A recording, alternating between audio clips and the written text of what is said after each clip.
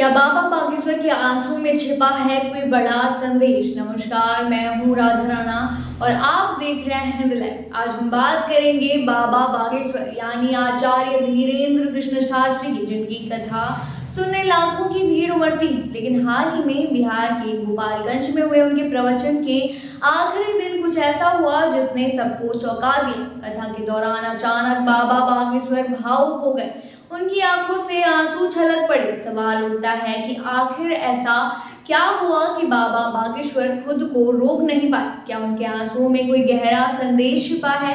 क्या यह सनातन धर्म को एकजुट करने की नई शुरुआत हो सकती है? गोपालगंज में हनुमंत कथा के दौरान बाबा बागेश्वर जब प्रवचन दे रहे थे तो अचानक उनकी आवाज भारी हो गई। उनके शब्दों में दर्द था और फिर उन्होंने अपना बचपन याद करते हुए कहा, हमने वो दिन देखे हैं जब हमारे पिताजी को शादी में नहीं बुलाया जाता था। परिवार वाले शादी के कार्ड में उनका नाम तक नहीं लिखते थे क्योंकि हम गरीब थे। यह सुनते ही पूरा पंडाल स्तब्ध रह गया। हजारों की भीड़ के बीच एकदम सन्नाटा छा गया। बाबा की बातें सीधे दिल में करने लगी। बाबा बागेश्वर ने गरीबी और अमीरी के बीच के फर्क पर खुलकर बात की। उन्होंने बताया कि कैसे गरीब परिवार को समाज में सम्मान नहीं मिलता। लोग सोचते थे कि अगर हम फटे कपड़े पहनकर शादी में चले जाएंगे तो उनकी इज्जत चली जाएगी। लेकिन मेरी माँ ने हमेशा सिखाया कि श्री राम को कभी मत छोड़ना, हमारे भी अच्छे दिन आएंगे। बाबा की बातें वहां मौजूद हर व्यक्ति के दिल को छू सी गई। कई लोगों की आंखों में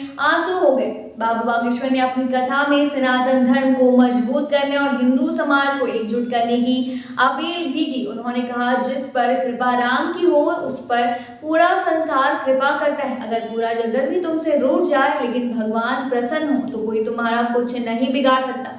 लेकिन अगर भगवान ही तुमसे रूठ गए तो फिर कोई तुम्हें बचा नहीं सकता।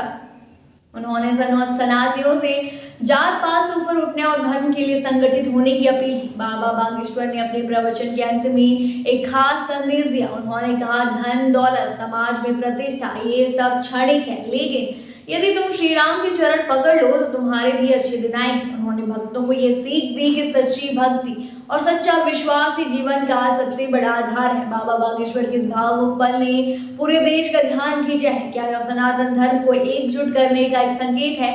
क्या आने वाले समय में हिंदू समाज और संगठित होगा? यह तो समय ही बताएगा। लेकिन बाबा बागेश्वर का यह बयान निश्चित रूप से हिंदू एकता और सनातन संस्कृति को मजबूत करने की दिशा में एक बड़ा कदम माना जा रहा है।